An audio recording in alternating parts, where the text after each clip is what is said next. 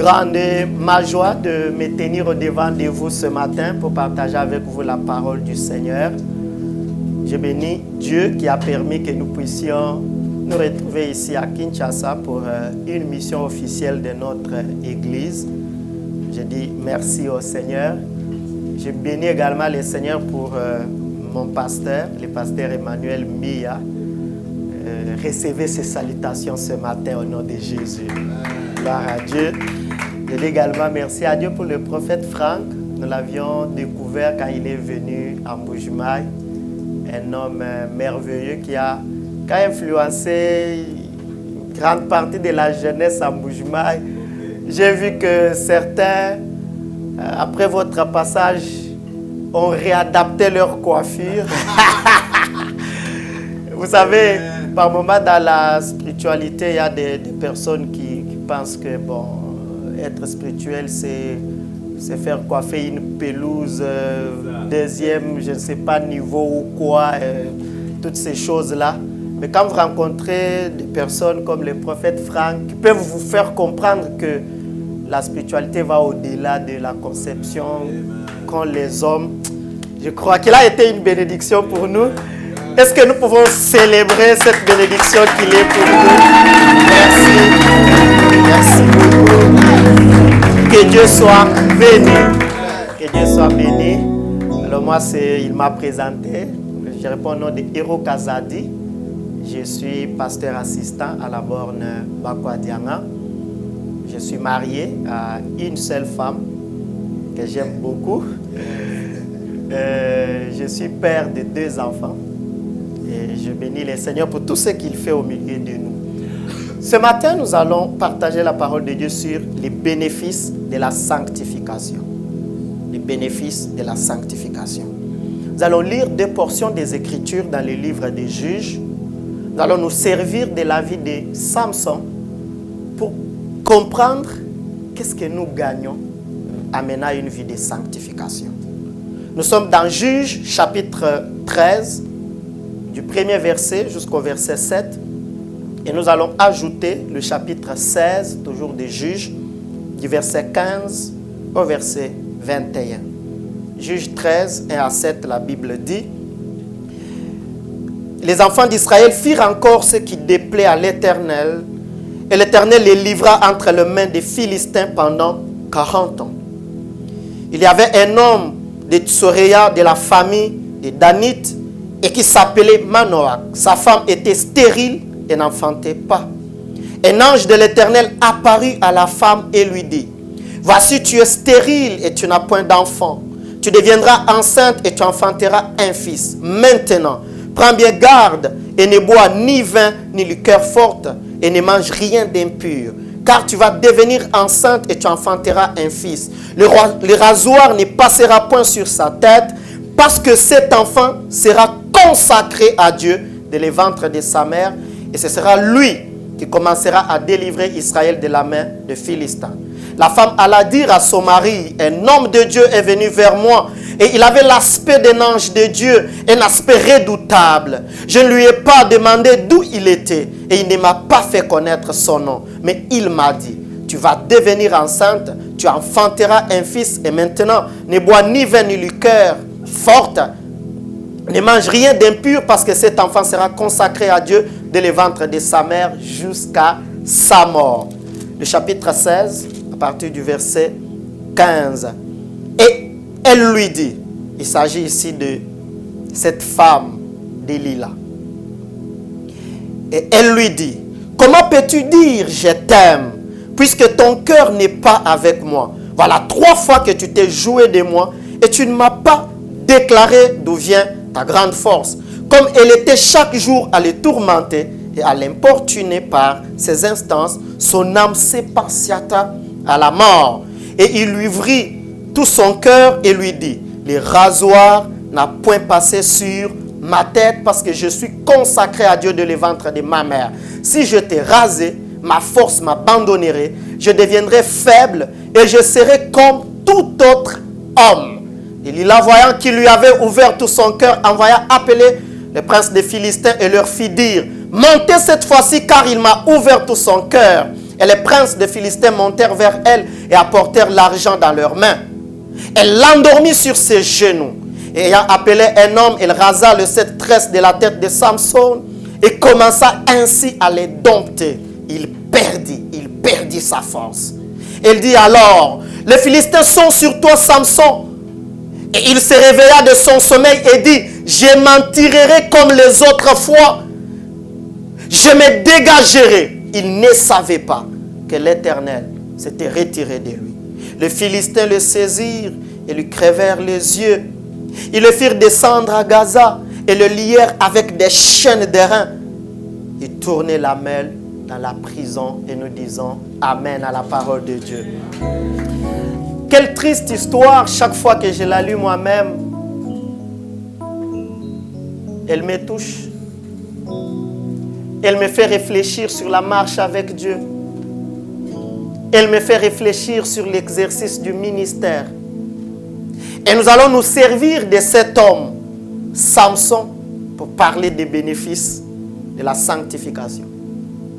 Samson, dont le nom signifie petit soleil, était la réponse de Dieu pour sa famille et pour Israël. Pourquoi réponse de Dieu? Parce qu'avant la naissance de Samson, sa mère était stérile et n'enfantait pas. Nous croyons qu'étant enfant d'Israël, Manoach et sa femme avaient l'habitude de demander à Dieu, Seigneur, agis dans nos vies, donne-nous un enfant, brise la stérilité de ma femme, jusqu'au jour où l'ange vient vers cette femme pour lui dire, tu auras un enfant. Réponse de Dieu. Mais non seulement que Samson était réponse de Dieu à la stérilité de sa mère, mais il était également la réponse de Dieu au problème d'Israël. Israël était dominé par le Philistin pendant 40 ans, 40 années. Les Philistins avaient le dessus sur Israël. Et Dieu décide d'envoyer un homme solution, Samson. Et lorsque Samson vient, Dieu envoie Samson pas comme les autres. Dieu n'envoie pas Samson comme il a envoyé Gédéon. Dieu n'envoie pas Samson comme il a envoyé Jephthé. Mais il envoie Samson dans une autre dimension. Une dimension de consécration. Il dit, les autres sont venus. Certes, ils ont libéré mon peuple. Mais toi, Samson, tu vas travailler en Israël, pas comme les autres. Bien-aimés frères et sœurs, permettez-moi de vous dire que chaque fois que Dieu nous appelle, l'appel de Dieu a été toujours spécifique. Dieu ne vous appellera pas comme votre père spirituel, le prophète Franck. Non. Dieu ne vous appellera pas comme un autre pasteur. L'appel de Dieu a été toujours spécifique. C'est une erreur de se comporter dans l'appel de Dieu comme les autres se comportent. Tu ne connais pas l'alliance qu'il a avec Dieu. Laisse-lui faire certaines choses. Laisse-lui agir d'une certaine manière. Mais toi, focalise-toi sur les clauses de l'alliance avec Dieu. Et Samson l'avait oublié. Il avait oublié que je m'appelle Samson. Dieu a parlé à ma mère et il a dit que je devrais me consacrer. Me consacrer. Et Dieu a voulu que Samson soit naziréen. Et vous connaissez ces vœux de naziréen. Dans Nombre chapitre 6, c'est clair.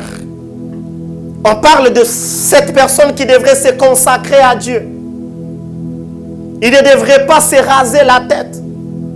Il devrait s'abstenir à certaines choses normales de la vie courante. Samson l'avait oublié. L'avait oublié. Il ne comprenait pas le bénéfice d'être consacré à Dieu. Il ne comprenait pas le bénéfice de mener une vie de sanctification. Vous savez, lorsqu'on parle d'un bénéfice, on fait allusion à un gain, à un profit. Le bénéfice, c'est ce qui est utile, l'utilité de quelque chose.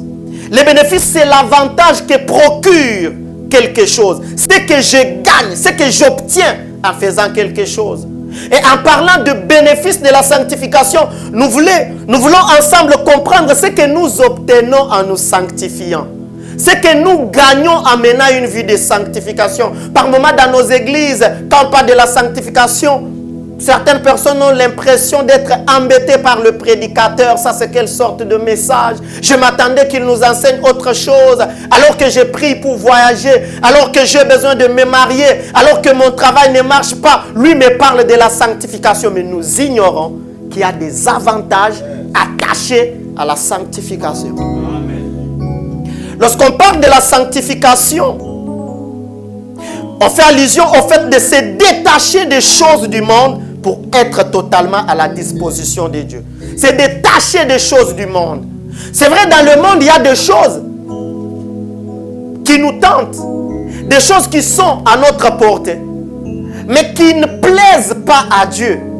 Se sanctifier, c'est se détacher de ces choses-là. Refuser ces choses-là pour être totalement à Dieu. Et dans la Bible, plusieurs termes sont assimilés à la sanctification. Consécration, purification, sainteté. D'ailleurs, le terme hébreu traduit par sanctification signifie tout simplement consécration, purification et sainteté. Donc, quand quelqu'un vous parle de la consécration, vous parle de la sainteté, de la purification, c'est le mot de la même famille que sanctification. Alors, la question à répondre ce matin, c'est qu'est-ce que je gagne à me sanctifier? En me servant de la vie de Samson, je vais nous parler d'un seul bénéfice de la sanctification.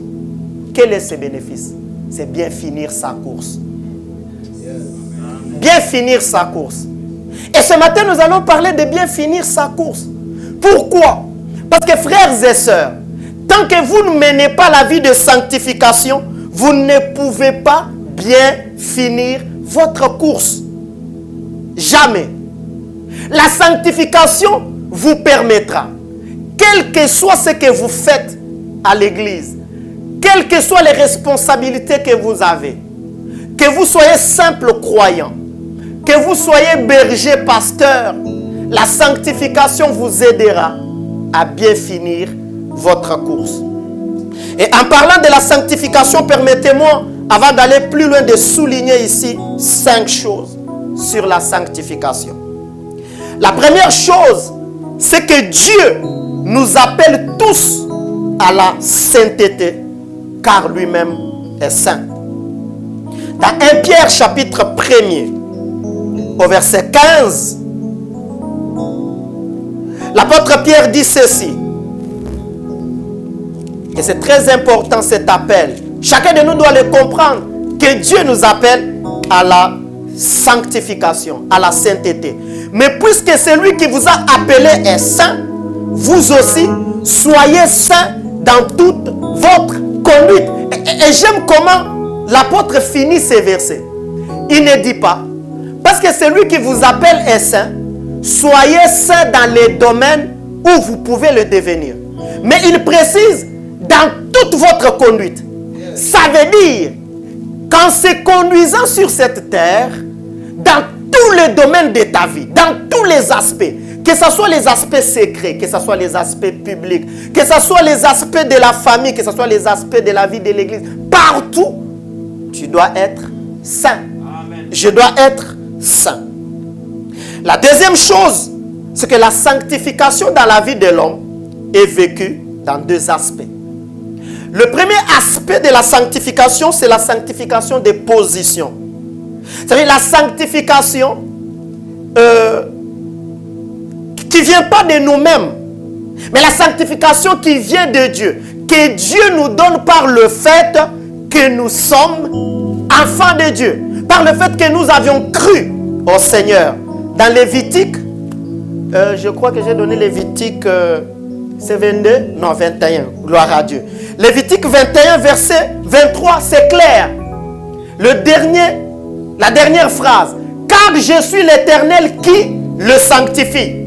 Dieu ne dit pas, car je suis l'Éternel qui attend que eux se sanctifient pour le sanctifier. Dans la sanctification des positions, qu'est-ce qui se passe? dès le jour que vous acceptez Jésus comme Seigneur et Sauveur, Dieu vous pardonne tous vos péchés et il commence à vous regarder comme un homme saint. Alléluia. Dans la vie chrétienne, on n'attend pas mourir pour être canonisé. Non, ce n'est pas biblique. Mon frère, ma soeur, si tu attends mourir pour qu'il y ait une congrégation qui te déclare saint, après un culte, tu passes à côté. C'est comme ça que Dieu n'a pas interdit à l'apôtre Paul d'appeler plusieurs chrétiens saints. Aux saints qui sont à Corinthe, aux saints qui sont à Éphèse, comme je peux le dire aussi aujourd'hui, aux saints qui sont à la Mecque. Quand nous acceptons Jésus, nous entrons dans la sanctification de position. Maintenant, le deuxième aspect, c'est la sanctification quotidienne.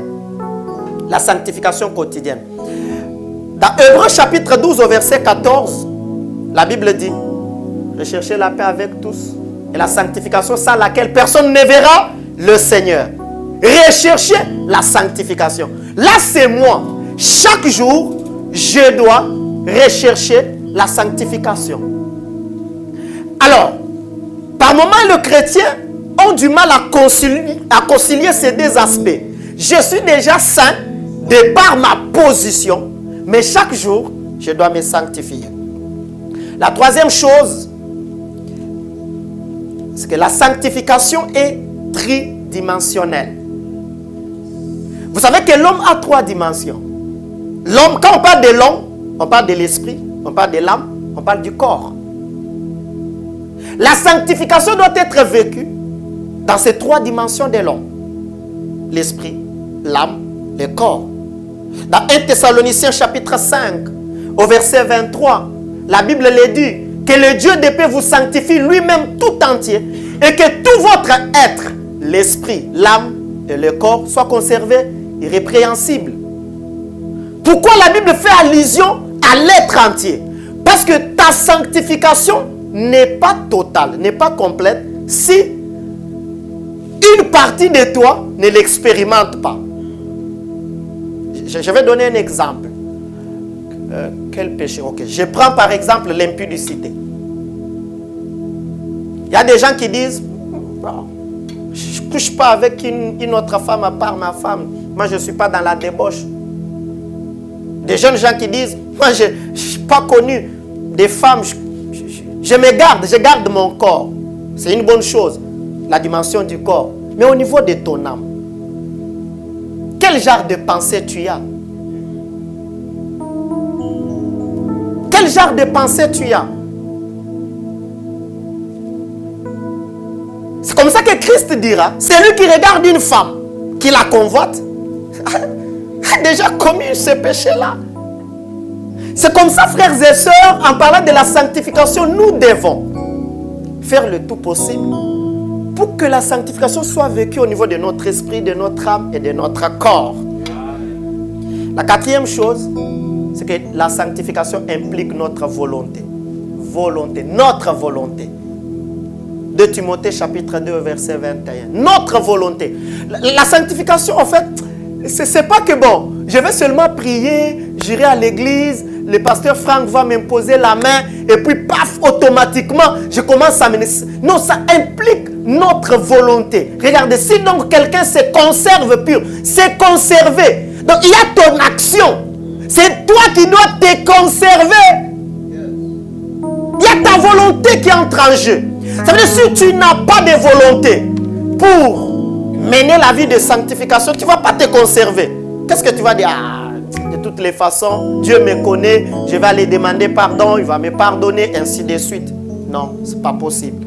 La cinquième chose, c'est que la sanctification n'est pas la perfection, mais c'est l'une des étapes qui nous amène à la perfection.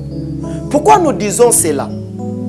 Beaucoup confondent sanctification et perfection et ne vivent pas la sanctification sous le prétexte « nul n'est parfait ». Nous attendons cela dans le milieu chrétien. Nul n'est parfait. Mon frère, mais pourquoi tu as fait ça? Pasteur, nul n'est parfait. Frères et sœurs, Parce que nous confondons sanctification et perfection. Nous ne menons pas parfois la vie de sanctification parce qu'on s'est dit nul n'est parfait. Oui, mon frère, nul n'est parfait. Même moi qui vous prête, je ne suis pas parfait. Dieu connaît les combats secrets que j'ai aussi pour me maintenir ma flamme, être dans la pureté. Mais plus nous vivons la sanctification, la pratique de la sanctification nous conduit à la perfection. Alors ne te dis pas, nul n'est parfait. Bon, je demeure dans mon péché, pasteur, comprenez seulement, nul n'est pas. Ne confonds pas. Nul n'est parfait, oui, mais la sanctification nous aide à arriver à la perfection. Alléluia. Et la sanctification est très importante, très importante. Bien aimé, vous voulez bien finir, menez une vie de sanctification. Menons une vie de sanctification. Le passage que nous avions lu de Samson, quelle triste histoire. Un homme consacré, c'est Dieu lui-même qui décide de le mettre à part de le sein de sa mère. Mais quand Dieu le met à part, Dieu ne le laisse pas dans l'ignorance de cette décision, de ce choix. Qu'est-ce que Dieu fait? Dieu dit à sa mère ce que deviendrait l'enfant. Son père prie et l'ange revient pour confirmer ce que la mère avait reçu. Et Dieu, ayant révélé cela aux parents, les parents avaient la responsabilité de le dire à Samson. C'est comme ça que lui-même, Samson, au finish, a dit à Delilah qu'on ne m'a jamais coupé le cheveu. Parce qu'il le savait. Mais il n'a pas bien fini. Quelle triste histoire de voir un héros, un homme fort, un libérateur finir avec les yeux crevés. Quelle fin de course! Quelle fin de course! Quelle fin de course! Je vois encore peut-être Israël qui était attaqué et qui courait vers Samson. Samson, notre homme fort. Les ennemis sont entrés et cet homme fort pouvait s'élever pour dire « Je suis là, vivez en paix ». Et chaque fois qu'il s'élevait, le peuple pouvait se réjouir. Mais quelle fin! Quelle course! Quelle fin de course! Bien-aimés frères et sœurs, sans la sanctification, on ne peut pas bien finir sa course. Pourquoi? Parce que vous savez, la vie de l'homme sur la terre est considérée comme une course.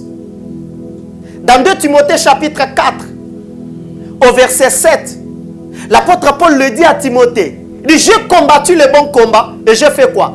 J'ai achevé la course. Mais il complète pour dire, j'ai gardé la foi. Je n'ai pas perdu la foi. Mais Samson, à la fin de la course de sa vie, ne pouvait pas déclarer comme Paul.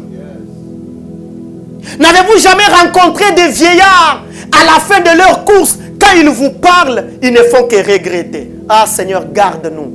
Garde-nous. Je ne serai pas un vieux qui regrette mon parcours. Non. Je ne serai pas un vieux qui regrette sa course. Vous savez, la maladie de vieux, par moments, c'est le regret. Le regret de se rendre compte qu'ils avaient la possibilité de bien courir, mais ils ont mal couru. La maladie des vieillards, j'ai un très bon livre que j'ai lu il y a des années. L'auteur parlait en fait de l'aide qu'on doit apporter aux personnes du 3e âge. Et il détaille toutes les difficultés des personnes du 3e âge. Comment par moment ils regrettent quand ils regardent leur enfant. Ils se disent, j'avais les moyens, j'avais la capacité de bien éduquer mes enfants. Mais aujourd'hui, mes enfants ont raté la vie, raté le mariage. Et ils regrettent leur course. Il se regarde dans sa vieillesse alors qu'il avait beaucoup d'argent pour faire des investissements qui devraient le rapporter dans sa vieillesse. Il a gaspillé l'argent et il regrette. Combien même des hommes de Dieu sont comme les faux prophètes.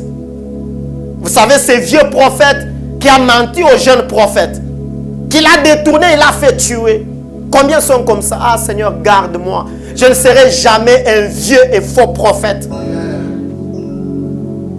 Bien finir. Notre vie sur la terre est une course.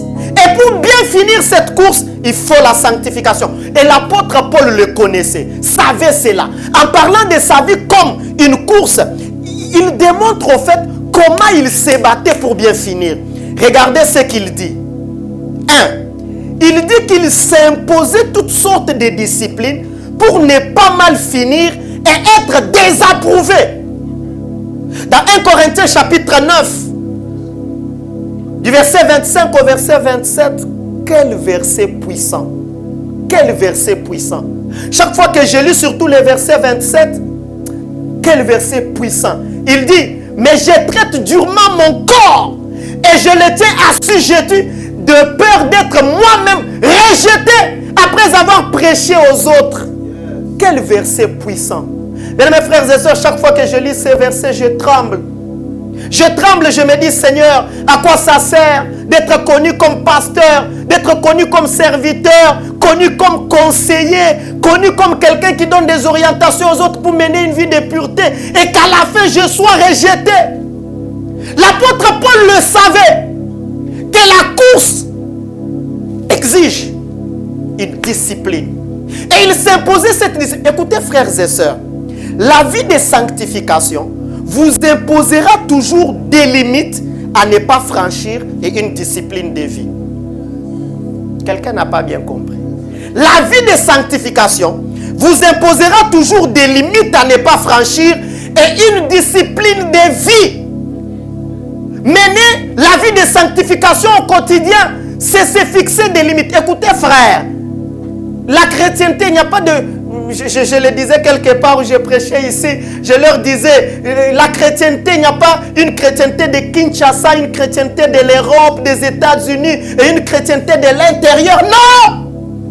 Nous sommes tous chrétiens, peu importe le lieu où nous vivons, et nous avons pour socle la parole de Dieu. Et quand tu veux mener une vie de sanctification, la sanctification va t'imposer des limites. Il y a des limites que tu ne peux pas franchir. J'étais scandalisé, mais on m'a dit que c'est une habitude ici. Quand je suis arrivé, j'habitais chez quelqu'un, un célibataire. J'ai habité là-bas, je crois, 3 jours, je crois. Mais bon, c'était terrible. Oui, c'était terrible. Un jour, alors qu'on devrait manger, il me dit, bon, mon cher, aujourd'hui, nous-mêmes, nous allons préparer. J'ai dit, c'est une bonne chose, on va préparer. Il est parti au marché, il a acheté les histoires. Je lui ai dit, allume le feu. Je lui ai dit, mais pourquoi tu as payé les chinchards là? C'est beaucoup de travail. Il dit, ne t'en fais pas, on va nous aider. Il a pris son téléphone, il a appelé une jeune fille. Elle est venue. Je lui ai dit, c'est ta fiancée? Il dit, non, c'est pas ma fiancée, c'est une jeune fille du quartier. On s'est connus. Elle va préparer. J'étais en colère. Non. J'étais vraiment... Je lui ai dit, comment toi, jeune fille? Tu es jeune fille. Ma soeur, tu es jeune fille. Comment tu peux quitter chez vous pour aller préparer chez un jeune garçon qui n'est rien? Comment ça commence? Alléluia. Ah, mais expliquez-moi. Tu as même le courage d'entrer dans la chambre. Parce qu'elle entrait dans la chambre. Franchement. Et là, écoutez, quand vous menez une vie de sanctification, vous allez vous fixer des limites. Tu vas te dire, je n'entrerai pas dans la chambre d'un jeune garçon. Parce écoutez, ceux qui sont tombés, la majorité n'a pas planifié de tomber. Il n'y a que je voulais utiliser le terme, des sadiques, excusez-moi pour les termes. Il n'y a que des sadiques qui planifient leur tombée, leur péché. Ah oui. Mais des hommes comme ça là, vous ne planifiez pas, mais vous vous retrouvez que vous êtes tombé. Maintenant, pour ne pas tomber, la sanctification te fixera des limites. Oui, la sanctification va t'amener à dire, je ne peux pas franchir. Est-ce qu'on peut dire amen? Et l'apôtre Paul le savait. La deuxième chose que Paul faisait, il dit qu'il oubliait souvent le succès passé pour se battre encore pour l'avenir. Philippiens 3, 12 à 14. Il le précise. J'oublie. Écoutez, frères et sœurs, en matière de sanctification, la sanctification d'hier ne suffit pas pour aujourd'hui. Alléluia. Chaque jour a besoin d'une nouvelle sanctification. Ça veut dire que ma sanctification doit se renouveler chaque jour. Parce que les jours que je me dis, hier je m'étais sanctifié, ça me suffit. L'apôtre Paul le dit. Il le dit, j'oublie ce qu'il y a en arrière. J'ai remporté des victoires. J'ai marché dans la pureté hier, mais je dois encore le faire aujourd'hui. Tu viens bien finir ta course. Sanctification. Mais Samson l'a oublié. Samson a oublié qu'il fallait être consacré chaque jour. Samson l'a oublié. Et permettez-moi ici, frères et sœurs, de nous présenter 4 choses en rapport avec la sanctification que la vie de Samson nous enseigne. La première chose, mieux vaut bien finir que bien commencer. Mieux vaut bien finir que bien commencer. Dans Ecclésiaste chapitre 7 au verset 8, c'est clair. Mieux vaut la fin d'une chose que son commencement. Mieux vaut bien finir le ministère que le commencer bien. Je l'ai commencé dans la gloire. Mieux vaut bien finir que bien commencer. Ma soeur, mieux vaut bien finir ton mariage que bien le commencer. Bien finir. Bien finir. Écoutez, frères et sœurs, bien finir exige la sanctification. Quand vous finissez sans Dieu, vous finissez dans le chèque. Et votre fin démontre ce que vous aviez été réellement sur cette terre. Vous pouvez nous raconter des histoires. Moi, j'étais vaillant, moi, j'étais fort, j'étais ceci, cela. Mais votre fin démontre réellement ce que vous aviez été. Ce qu'a été votre vie sur cette terre. C'est pourquoi, mes frères, finissons bien. Alléluia. Finissons bien. Que ce soit le mariage, finissons bien. Vous entrez par les tralala, finissez aussi par les tralala. Vous entrez par beaucoup de joie, finissez aussi par beaucoup de joie. Les ministères, vous êtes là, zélés, respectés. Oui, finissez aussi comme ça. Que les gens ne disent pas, ah, il nous avait amenés dans les illusions. On croyait qu'il était. Ah, Seigneur, garde-nous. Garde-nous. Que cette phrase ne soit pas prononcée sur la vie de quelqu'un. Sanctification. La deuxième chose que Samson nous enseigne, c'est que l'oubli ou l'ignorance de ce qu'on aura une fin est un grand fléau dans la vie des hommes. N'oubliez pas que nous aurons une fin. Comment tu vas finir? Dans la honte ou dans la gloire? Voici le jour de préparer cette fin. Sanctification. Et quand vous ignorez que vous aurez une fin, qu'est-ce que cela amène dans votre vie? 1, ça vous amène dans la distraction. Distraction. 2, ça vous amène dans le présenticisme. Vous vivez que le présent. 3, ça vous amène dans le gaspillage. 4, l'impréparation de la relève. C'est grave. C'est grave. Nous aurons une fin. La troisième chose, c'est que la fin tragique et honteuse entraîne tôt ou tard la fin des autres. Ta fin à toi. C'est pourquoi il ne faut pas mal finir. Finissons bien. Quand vous finissez mal, tôt ou tard, vous allez entraîner les autres. Et nous les voyons dans la vie de Samson. Je suis frappé par le dernier verset de Juges. Juges 21, 25. Je suis frappé par ce dernier verset. Regardez ce que la Bible dit. Non, on est déjà à Juges 21, 25. C'est formidable ce que la Bible donne comme conclusion de ce livre. En ce temps-là, il n'y avait point de roi en Israël. Chacun faisait ce qui lui semblait bon. Samson était le dernier juge. Le dernier. Il a mal fini, très mal fini. J'ose croire que Dieu était en colère. C'est-à-dire, je n'enverrai plus de juges. Que vous soyez détruits ou pas.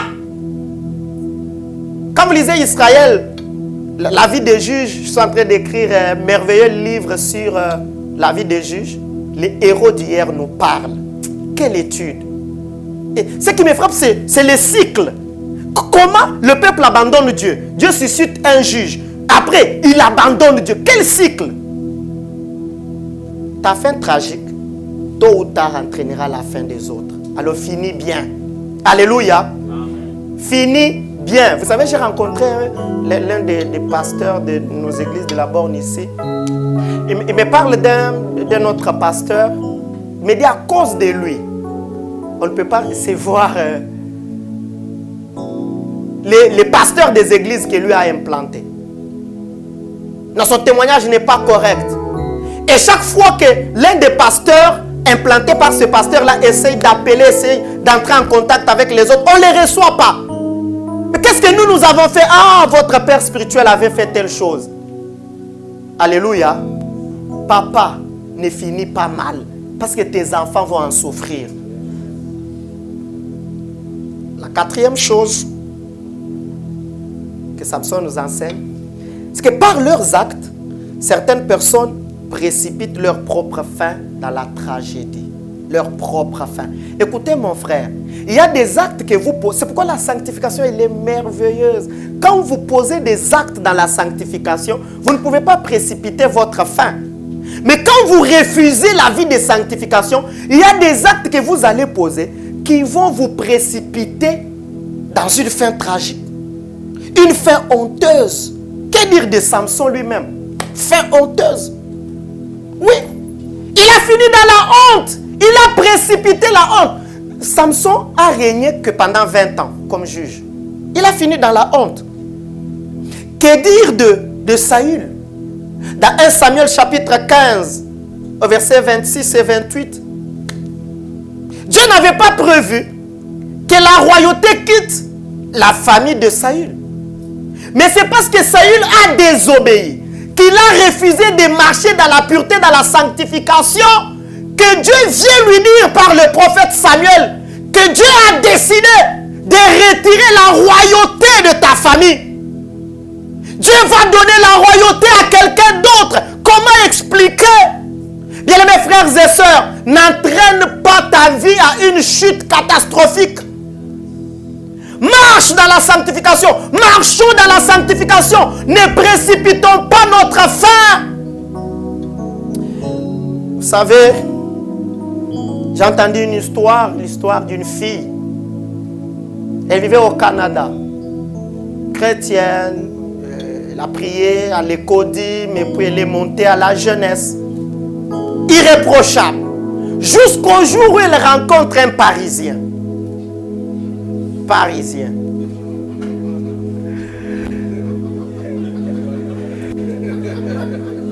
Oui.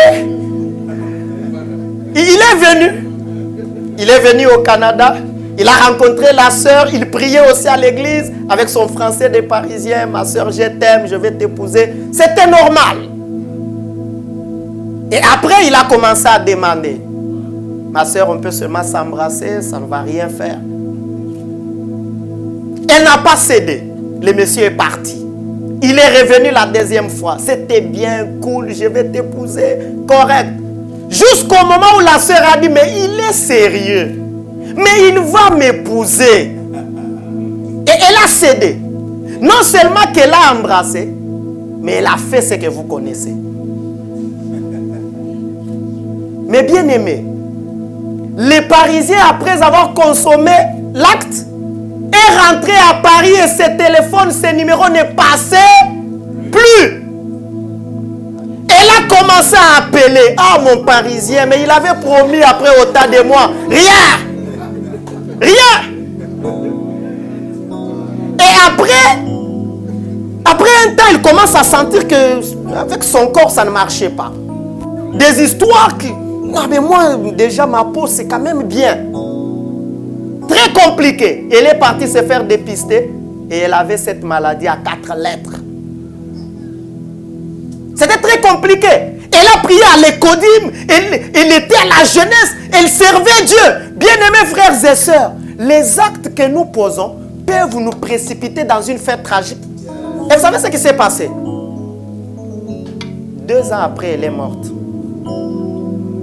Parce que c'était un choc pour elle.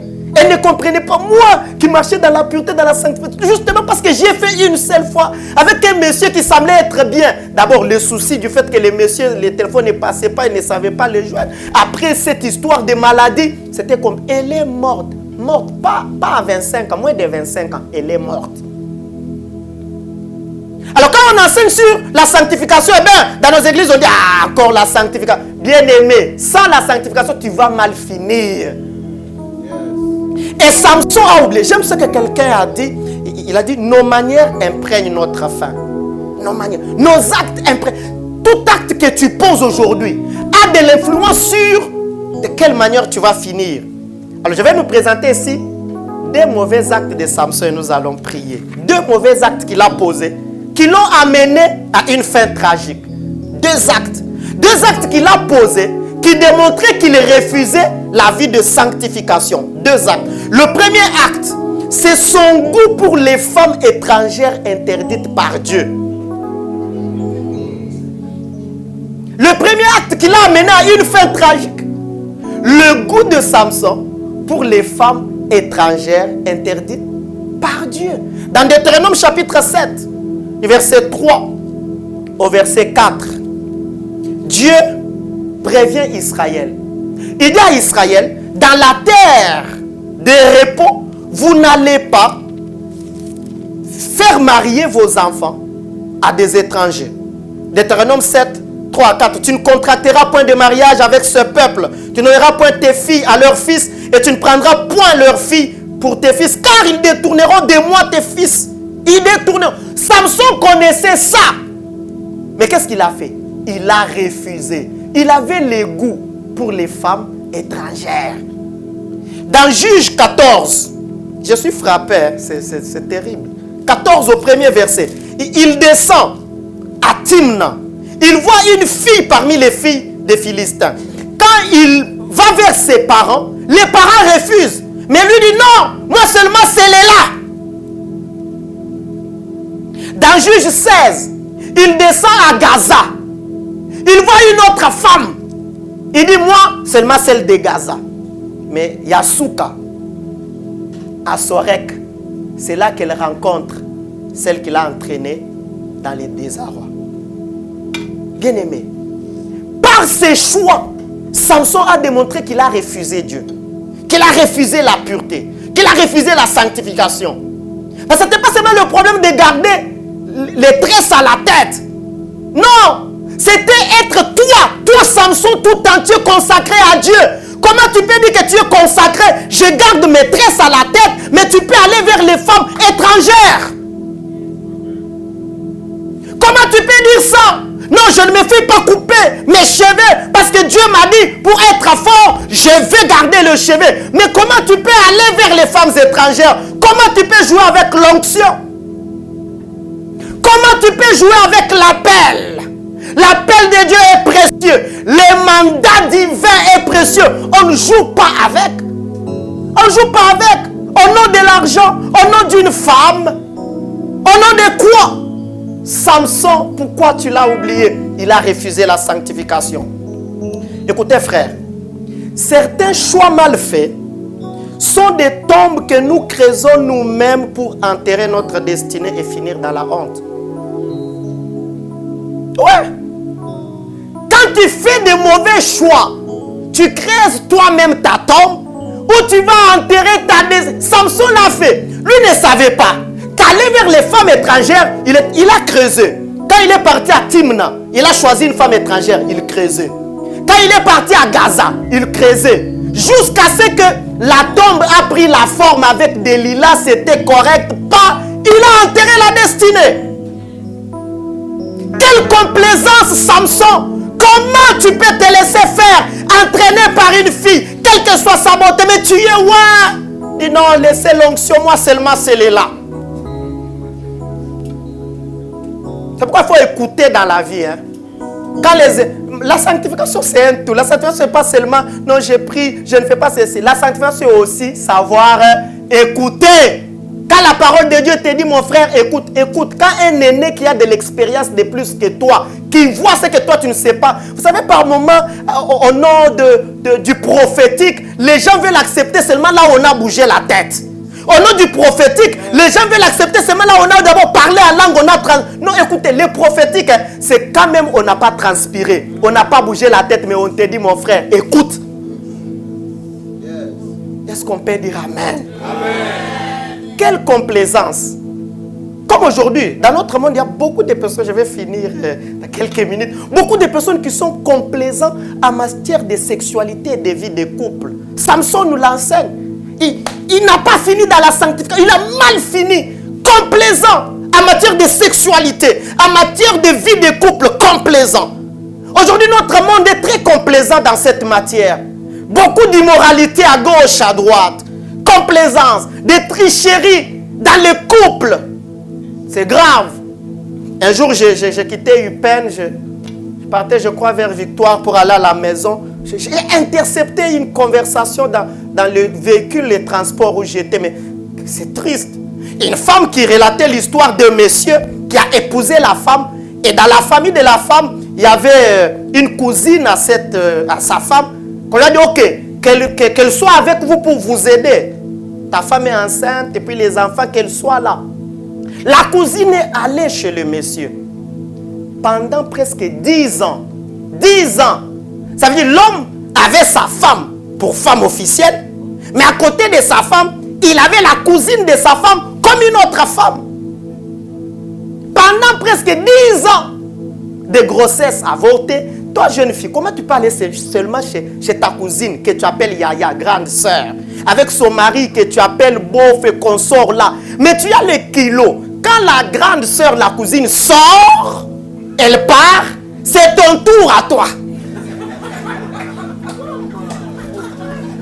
Alléluia. Mais je me dis, mais mon Dieu, ça c'est le monde à l'envers. Mon frère, quel genre de choix tu fais?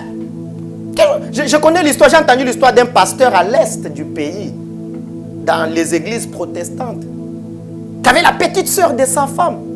Sa femme faisait beaucoup de voyages pour faire les commerces et tout ça. C'est pourquoi mes sœurs aussi. Oui, la famille est sacrée. Ma sœur, même si tu fais le business, il faut comprendre que je ne peux pas voyager pour faire autant de temps. Je pars, j'achète, je laisse sa vie avec l'argent, je rentre chez moi.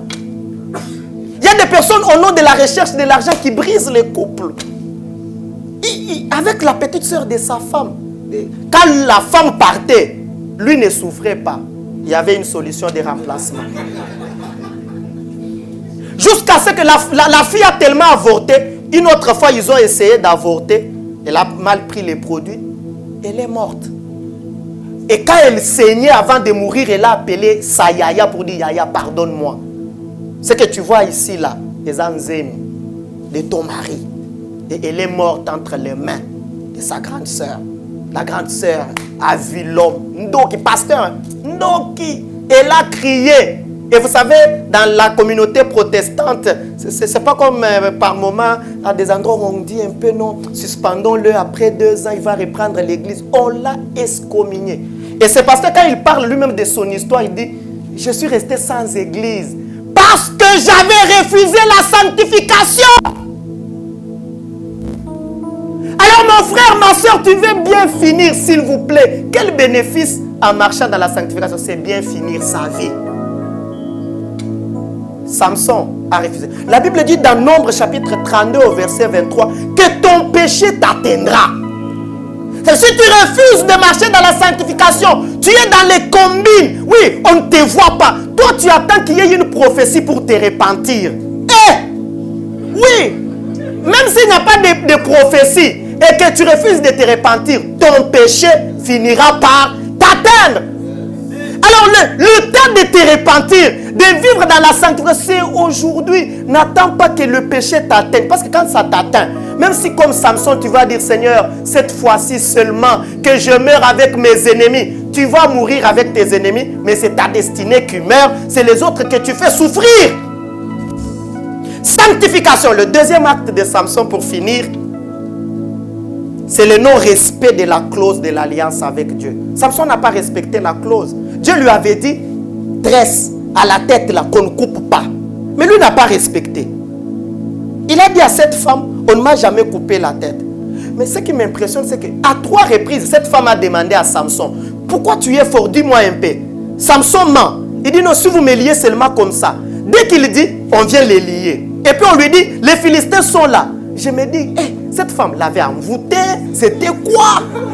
Tu dis la première fois, on te dit les Philistins sont là, tu les bats. Ils partent et puis elle te dit, ah, Okosakinga, hein.